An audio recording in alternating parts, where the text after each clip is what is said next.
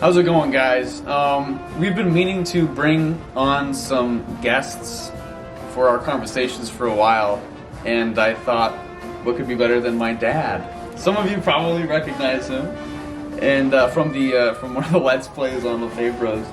And he has recently kicked off his own podcast channel that we'll link in the description, and it's pretty cool stuff. So first of all, just tell them about you.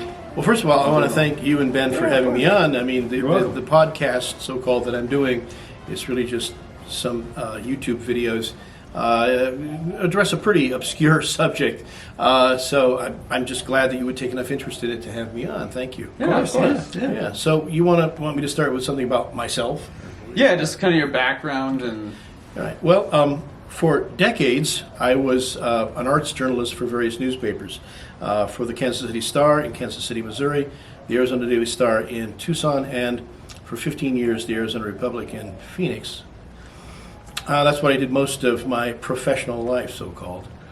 And along the way, I got to thinking, all these judgments I'm passing on music, because I was a music critic, dance critic, theater critic, general arts writer, all these value judgments I'm passing, what are they based on?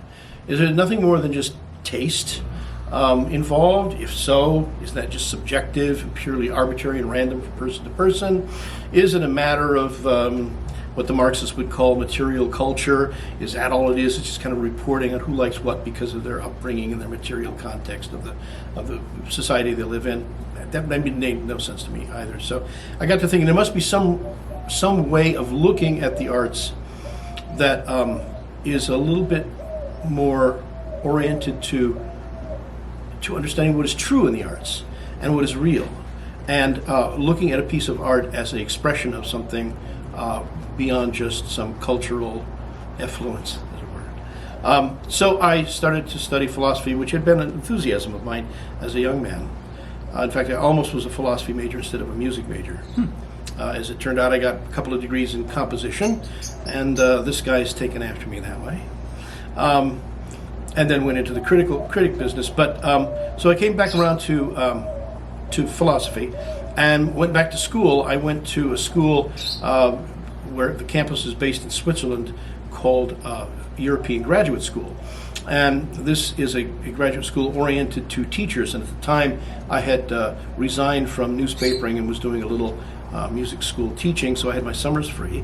And the idea at EGS was that you could go to the campus in summer and attend these lectures by some major thinkers, and then do independent work during the year. So I did that, and got my PhD in philosophy. The actual it's a tripartite degree: philosophy, arts, and critical thinking. Oh. That's where the critic came in. Don't sue me if I got that a little bit off. But anyway, I got my PhD and did my dissertation. My dissertation was turned into a book published by Lexington Press called The Sound of Ontology. I've published 3 books, but this is my only philosophical treatise. And it's called The Sound of Ontology, Music as a Model for Metaphysics. And it combines my look at music with understanding of philosophy. If you look up Kenneth LaFave on Google, these books will appear, actually. So you can just go do that now. There are 3 of them, and don't buy this one. It's like $80. Academic books are always overpriced, but ask your library for it. Do that, because they design these books to be sold to libraries, and that's what we need to do. So call your local library, see if they have The Sound of Ontology. If they don't, actually ask them for it. Buy 2. Just because. Because we told you to. You to a friend. The others are on music, and they're a little more reasonably priced. One is called Experiencing Leonard Bernstein, which is about the music of Leonard Bernstein, the composer of West Side Story. And the other one is called Experiencing Film Music, which actually is my bestseller. I'd hate to tell you how many numbers constitute my bestseller, but it's a study of various composers who have contributed to screen music over the years. Then you've edited for a lot of others in that series, right? That's right. It was a series. Thank you for mentioning that. Rowman and Littlefield is the publisher of those 2 books, and also of a series of experiencing this, experiencing that. And they have everything from experiencing Black Sabbath to experiencing Debussy. And I read the Bowie one. Let me borrow. Yeah, really great. Cool. Yeah. Okay, so there you go.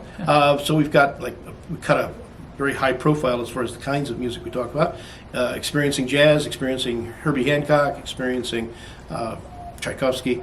So I edited a number of the books in that series as well. Yep, and Emmett's actually working on one right now, experiencing Billie Eilish. And it's terrible. Blank. Yeah, it's awful. He's on page 1 and he's crying. Yeah, well, So we live in the world we live in. So the name of your new YouTube channel is called The name of my YouTube channel is named after the book I'm currently working on, which is The World is Real and You Are Free. And it really just sums up what I'm trying to say philosophically. That the world is real, it's not some sort of illusion or mirage. And also I try to describe what real means. Real doesn't mean molecules and atoms, it means something else. And the you are free part addresses the fact that you are in fact free. Humans have an essential quality to them, which is their freedom. And so I talk about that. Nice. Now, the focus of the first lecture in my podcast, the one we're talking about now, the 3 parts of a lecture, is a little unusual. I think most people would find it curious because the subject is words are meaningless. As soon as I say that, I'm sure, what do you mean words are meaningless? You're using words to say words are meaningless and therefore contradicting yourself. I'm not saying that words have no role in meaning, nor that they have, I'm not saying that they have no function, but I'm saying that by themselves they're meaningless. And rather, they stand for, they represent concepts, which is where true meaning lies. Meaning lies in the concepts of things, not in the words we apply to them.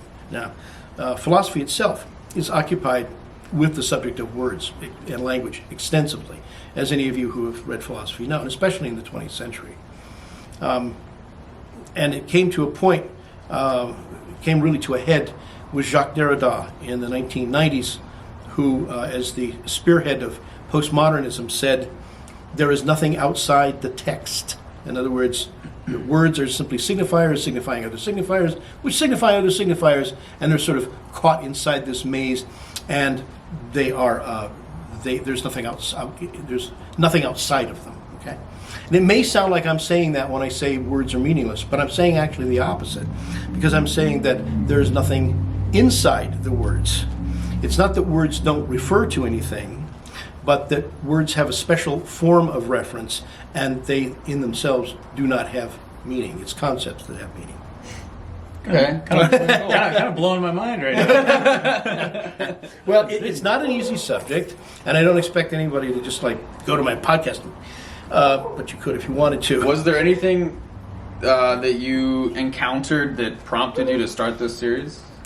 Thinking about just studying philosophy did this. I mean, Okay. Every major philosopher of the 20th century has come to grips with language in some way.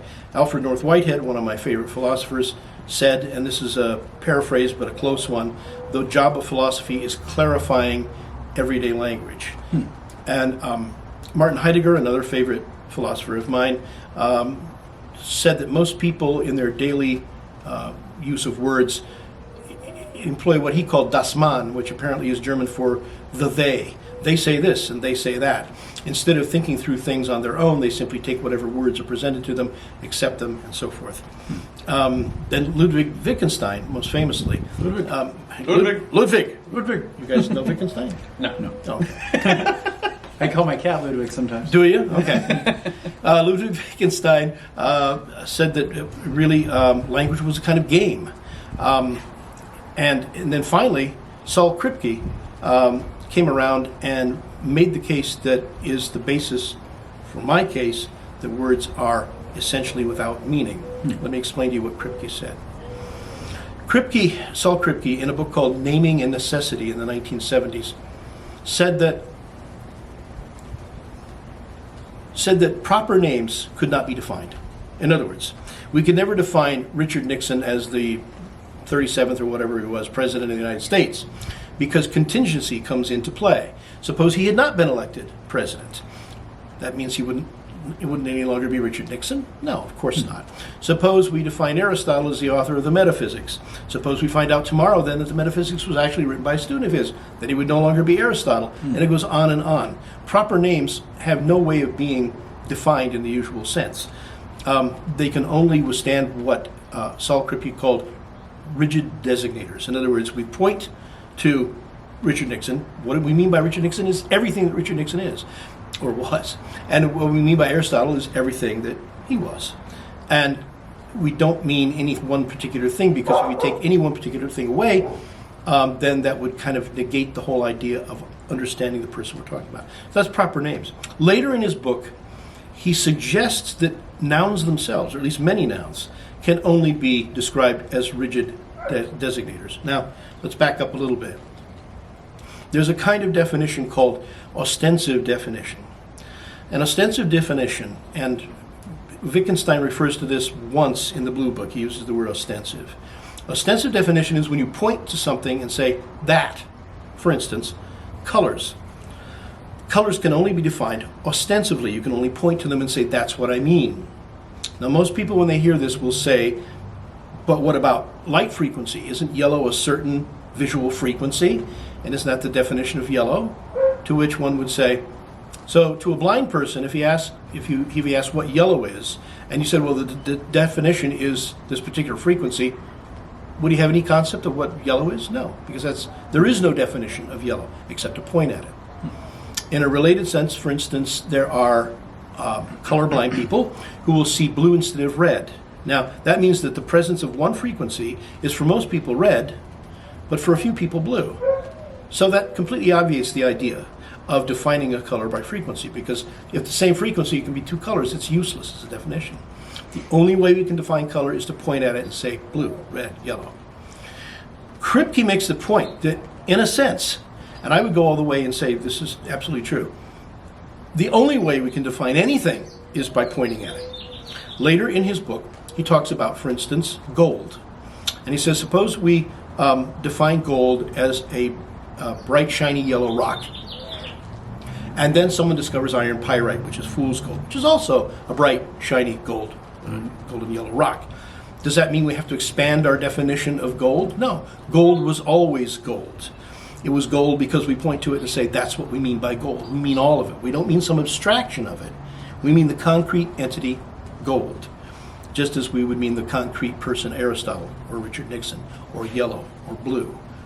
Now, the implication of that is that philosophy has, when it goes abstract, has been going in completely the opposite direction, the wrong direction, concerning itself with words as having some sort of significance of their own. The typical example in analytic philosophy is the foundational idea of analytic philosophy, which was Frege and Russell, who came up with the idea that every sentence has two ways. There are two ways of looking at every sentence. It's sense and it's reference. But if sense and reference are obviated by the idea of the rigid designator or the ostensive definition, that's all wiped out. So philosophy went, I think, in a very wrong direction for a very long time. And now it's in a place where I don't... Analytic philosophy almost seems to be in a state where it's zombie-like. It's dead, but it doesn't know it. After Kripke, if definitions are not what Frege and Russell said they were, and if rigid designators are the only real way of defining things in the world, then analytic philosophy is over. So where does real meaning lie? Real meaning lies in objects, both mental and physical, and in the concepts we draw from them. So anyway, this is what I go into rather extensively. Now, I speak rather quickly, I know, not Ben Shapiro quickly, but pretty quickly. And so at the podcast, I've written down the text of what I read on the podcast, so that you can just read it at your leisure, copy it, print it, whatever you want to do with it, so you can look it over and come up with questions. I invite questions on what I have to say. I realize that what I have to say is a little bit unusual and possibly controversial in a sense. What else did you want to talk about concerning this obscure subject? So, it's not an obscure subject, by the way. It has great application, but we can get to that. Steve Martin majored in it. He did? Yeah, Steve Martin was a philosophy major. Oh, I should have known that. I love his play, Picasso at the La Panagio. I wrote some music for a production of it once. Really? Yeah. That's very cool. Yeah, big fan. Big fan of his comedy, big fan of his movies.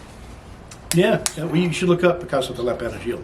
Okay. Really great play. That's awesome. Fun play, He's underrated in a lot of ways, I feel like. I think so too, yeah.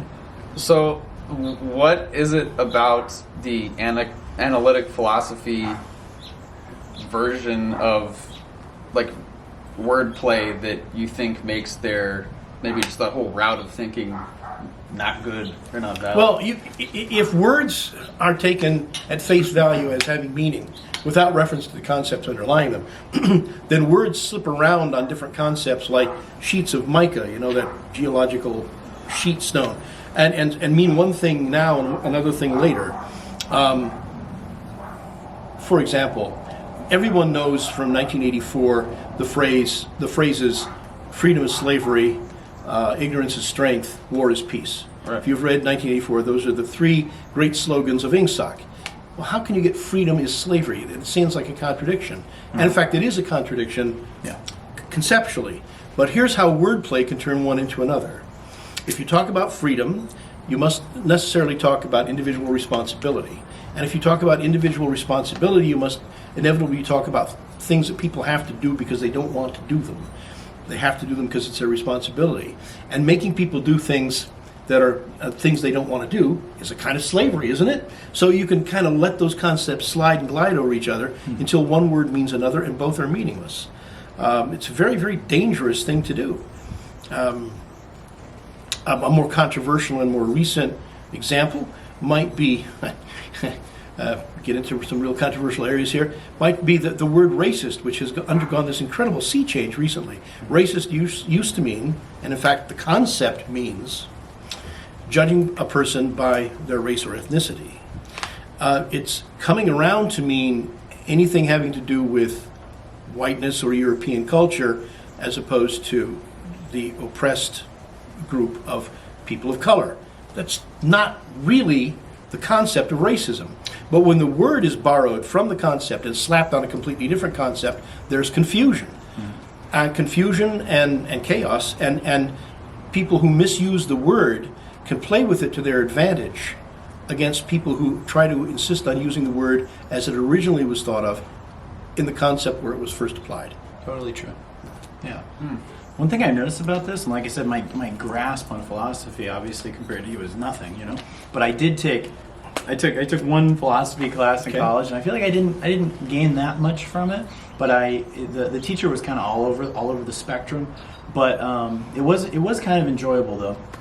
But one thing that I kind of am picking up on from what you're talking about, it almost feels like philosophy has a big exploration of alternate timelines, like the possibility of what if, like you said, like had Richard Nixon not been president, would that alter the fact that he's Richard Nixon? So it's almost like an exploration of that possibility of what if, and taking that different path, and almost like a separate timeline in a sense. Like it at least considers it. Well, it's a matter of identity, isn't it? How do you identify something in all possible timelines? I think Kripke talks about all possible timelines. Something must be the same thing, identified as the same thing in all possible contingent histories. Yeah. So yes, that's true. It's interesting. It's just like it seems like it at least takes it all into account as existing or possibly existing, or the had someone turn left instead of right. Right, exactly. That's cool. Yeah. So, I did notice on the new Google definition of racism has this little addendum in parentheses that says it's specifically used for like black people and minorities, and that was like a new part of the definition that they added. So are you saying that sort of the malleability of words is Perfect word. Thank you. okay. Perfect concept, and the proper word attached to it, and that is the malleability of the words to slip and slide from one concept to the next. Yeah. Left and right is fascism and communism is another one.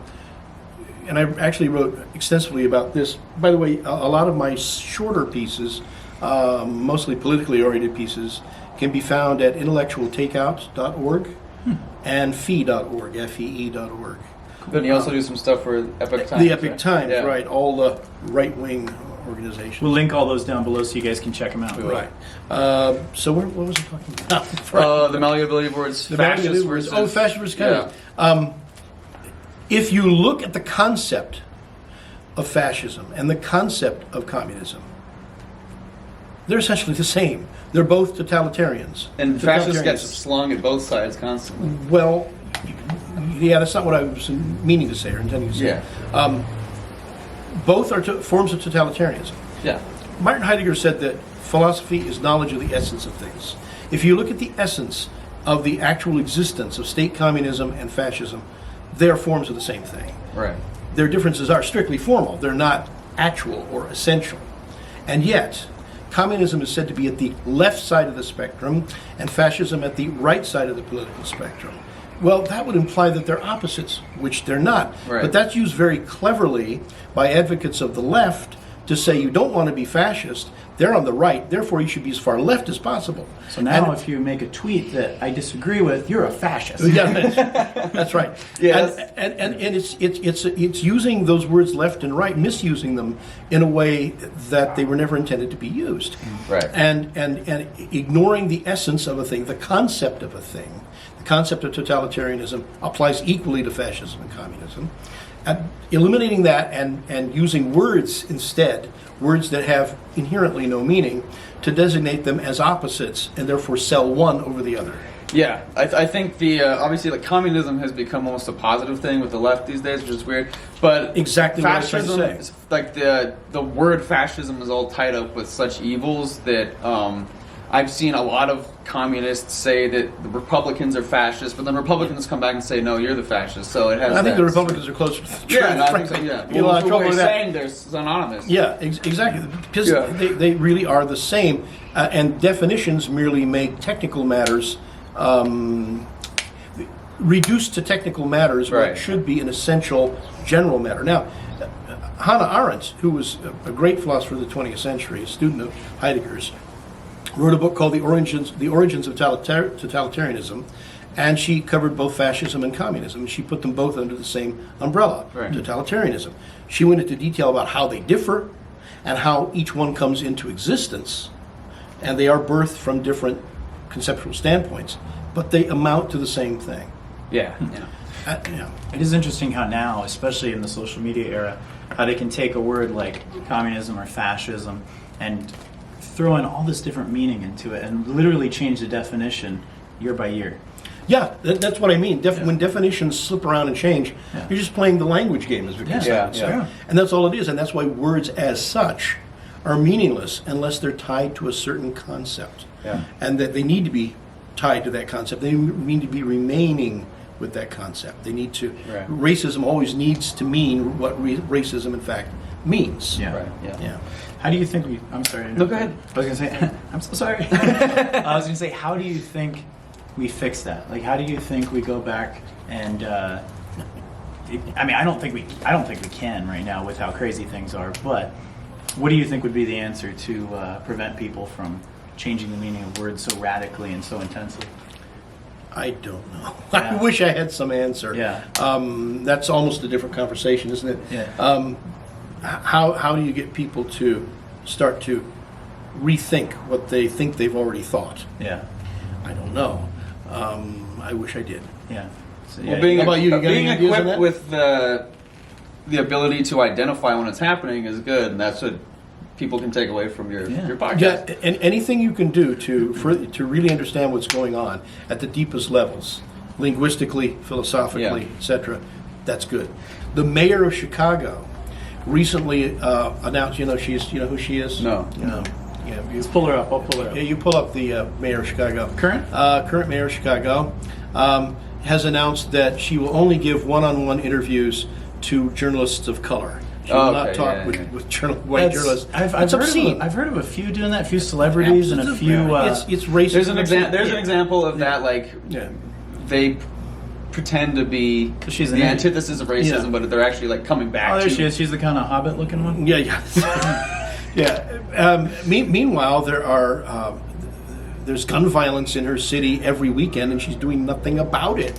Yeah, the city's falling apart and burning. Chicago's going to hell. So, and where is she? She's making sure that the proper race gets her interview. To his credit, a Latino journalist who secured an interview with her, when he found out that this was the policy, said, I'm not talking to her. Good for him. Good for him. Yeah. Yeah, it takes people like that to actually make a difference, because when you have people taking these gigantic backwards, pretending to be woke, just to, right. to give this 2 steps forward, pretending 1 step forward. Yeah, they're just trying to give this appearance to the media to say, oh, look, what do they call it? Virtue signal. Yeah. Like, she's a big virtue signal. Like that video of the woman you showed me who got pulled over because she was on her cell phone. Oh, and that's the worst. a Mexican cop pulled her over, and she started berating the guy, saying, "You'll never be white," because he was a cop, and that's usually associated with white guys. Yeah. And she, thinks the establishment of the police is she kept calling him a inherently murderer. racist, and for that he was like a racist because of it. But at the same time, she was being actually racist. Right, So and that's right, exactly yeah. a good Yeah, case in yeah. point, a good everyday practical case in point of what Heidegger called das Man. She was employing das Man, Well, they say that she knows that the vast majority of people just chatting away without any reflection are essentially saying, oh, any cop is a racist, Right, and they yeah. all just want to try to be white. That makes no sense. Don't pull the Das Man card, guys. No das man. No das man. No das man. That's cool. So anyway, it's really fascinating, and you're gonna have. Well, you may either soon or it might already be out by the time that this is out. The 3rd episode. Yeah, right. As of today, May Third part. 21st, the first Yeah. 2 parts of the lecture are up, and the 3rd and longest one, which will probably have to be posted in 2 parts itself, is going to be up soon. And all of them together only equal about 45 minutes. Yeah. In other words, the length of one classroom lecture. Right. Very digestible. So, yeah, very digestible. So sit down for 45 minutes sometime when the 3rd part is up and listen to the whole thing and tell me what you think. But yeah, YouTube has this weird thing where you have to. I think you have to reach a certain amount of subscribers before you can start posting videos that are like more than 20 minutes.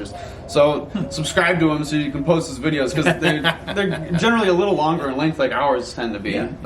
And the first couple are only like 10 minutes. I think. The first one's 13 minutes. I let Yeah. that go for some reason. Then the second one was 9. Okay, yeah. And then this one's 18. It's by far Right. the longest. It's where I kind of bring everything together. Yeah, cool. I have a slightly different question for you, Ken. Who do you think is the most philosophical comedian or comedians that you've ever listened to? Well, I love comedy, but I never really think of it that way, and I've never stopped to think who's the most philosophical comedian. But when you stop to consider it, in some way, any comedy that's apt really tries to get at the essence of something. And so almost all comedy that's good is going to be philosophical in some sense. By the way, when you look at Heidegger's definition of philosophy as the knowledge of the essence of something, that means that a general looking at a battle plan who grasps the essence of what's going on between his forces and the enemy is exercising philosophy.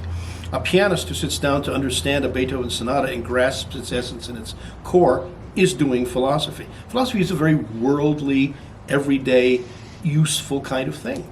But getting back to your question about comedians specifically, Steve Martin is a playwright as well as a comedian. I don't know if you know his play Picasso at the La Panagile. I've not heard of it, but Wonderful I should play. look it up. Wonderful play. There was I love it. it's a great play. There was an Arizona Theater Company production of it a few years ago for which I got to write some music and just got to know the play very well. And in it he talks about the 20th century. It takes place near the beginning of the 20th century, 1905, I think, at a real place in Paris called the La Panagile, which is the nimble bunny. And the main characters are Picasso and Einstein. Oh, cool. And so Did talk. they actually know each other? No, I think it's it's one of those made up historical things. Okay. And so Picasso and Einstein have this discussion about cosmology and the world and the future and so forth and so on. And Martin really has something to say about the 20th century in that play, I think. Sounds really great. It's That's good. cool. Yeah, I love Steve Martin. I don't know if you've ever read any of his books, but he's also a very good author as well. He's written a couple books, or I think more than a couple. I think he's written like 10 some odd books. But super talented. And then obviously I got into him from his movies. And then from there you just kind of branch out and you're like, oh, he did comedy previously. And then you listen to some of his comedy and you're like, this guy's brilliant. Well, yeah. Our age difference. I got into him through SNL. Yeah? Right, Yeah, right. Yeah, That's awesome. of course. Yeah. He would, he would sometimes host the Tonight Show when Carson was off. And I he remember was- that. Yeah. There's a few. You can actually look some of them up on YouTube where he was the guest host because Johnny Carson would take off Mondays because he would always do like 3-day weekends. And so there was somewhere Steve Martin would come in and host, and he would just kill it. Like he was so good. That's cool. He was so good. But yeah, I agree totally. And then there's an aspect of philosophy which engages in cultural criticism. And my My dear late friend Gary Shandling was very good at that. I knew Gary when we both lived in Tucson and went to the U of A. That's so cool. And he was a great guy, and he left us far too soon. But he, his wonderful cultural criticism on the Larry Sanders Show what a was great show. was very intellectual. Great show. Could you share a Gary Shandling story? Sure. Gary and I both studied writing with a writer named Bill Eastlake. Bill was a novelist best known for the World War II novel Castle Keep, which was made into a film with Burt Lancaster. And Bill, God love him, was a rather eccentric character. And in those days, this was done at the U of A in the 1970s. In those days, they didn't monitor professors very closely, and Bill would come in, and Bill's gone, so everybody's gone. The problem when we reach my age, you've lost so many people. Sorry. Anyway, so I guess I won't be defaming Bill if I regale you with the fact that he would come to class drunk almost every day. That's cool. And also with a cigar. He always had a cigar. Oh, so me. When I was at U of A, I took the city bus. I would come to class drunk. Okay. And you still got good grades. Yeah. Well, Bill's usual, Bill Eastlake's usual, by the way, I recommend his books. Castle Keep is a wonderful, amazing book. It takes place at the Battle of the Bulge, where Bill himself was involved. Oh, he was that's cool. actually a soldier at the Bulge. Anyway. Really? So the way he would usually begin class, he'd come in 5 minutes late, obviously drunk, with the cigar, puffing like this, sit down and say, "Jesus Christ, son of a bitch, what do we do today?" He was allowed to smoke in the building? Yes, I mean, Things were relaxed then, real relaxed. It was always the cigar, and always stank up the room. sounds great, yeah. So Gary and I said, let's play a joke on Mr. Eastlake. Let's both come to class tomorrow with cigars. Nice. Right? So we got some cheap stogies because it's all we could afford, and we showed up on time, smoking our cigars. Of course, Bill, as usual, came in late, and he sat down with his cigar, and he looked at us like this. And then Gary and I began to cough because neither one of us were smokers. like George when he forgets to smoke. Exactly. Yeah. Yeah. I can't quit now. And Bill just laughed, and then we put out our cigars. The prank was over. It was a stunted prank. And didn't you used to play piano at his house or something? I did. Yes, Yeah. his mother always wanted to hear Sunrise, Sunset. Wow. Yeah, that's Yeah, cool. it was- Yeah. that was sweet. He was one of those guys where every once in a while he would mention him growing up, and I thought he was just like a friend. And then I remember seeing him in like one of the Avengers movies, and I was like, wait, what the hell? Right, yeah. It was so weird. That's yeah. amazing. It was Yeah. cool. Yeah, he was. So have you watched the what's it called? The Zen Diaries of Gary Shandling? No, what's that? Highly, highly, highly recommend. It's an HBO documentary they did, I think, last year or the year before, and it just covers his whole life, My God. it's amazing. It's Well, absolutely. It's on amazing. HBO, you said? I think it's HBO, or maybe I watched it on Amazon, but I think it was an HBO production. Wow, thank you for telling me about that. I Yes. didn't know. I'm glad that it has been done. Yeah. His life was really worth It was a documenting. It was a serious documentary. It was almost like the Sinatra one, where it was like in like two big parts. It was yeah. like a couple, like like an hour and a half. I will watch that. Thank you, Ben. Yes, Yeah. and I will link a trailer to that down below. Okay, good. He was such an interesting guy because he was, when he passed away, all these people were like, man, he was so close to me. Like Conan had this big thing about him. All these like huge celebrities had this like were very close to him and like praised him. Yeah. But he himself wasn't like, he didn't have his own big thing, at least Yeah. as far as I was aware of. From what Like, I heard, he went from thing to thing.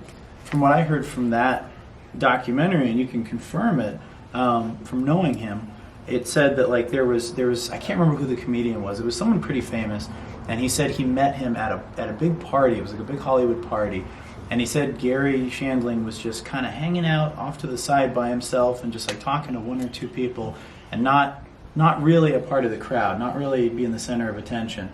And he said he went over to try to talk to him, and I wish I remember who the comedian was, but he ended up tripping over all these chairs and falling down and making an ass of himself. And by the time he got up, Gary was like, "Hello?" And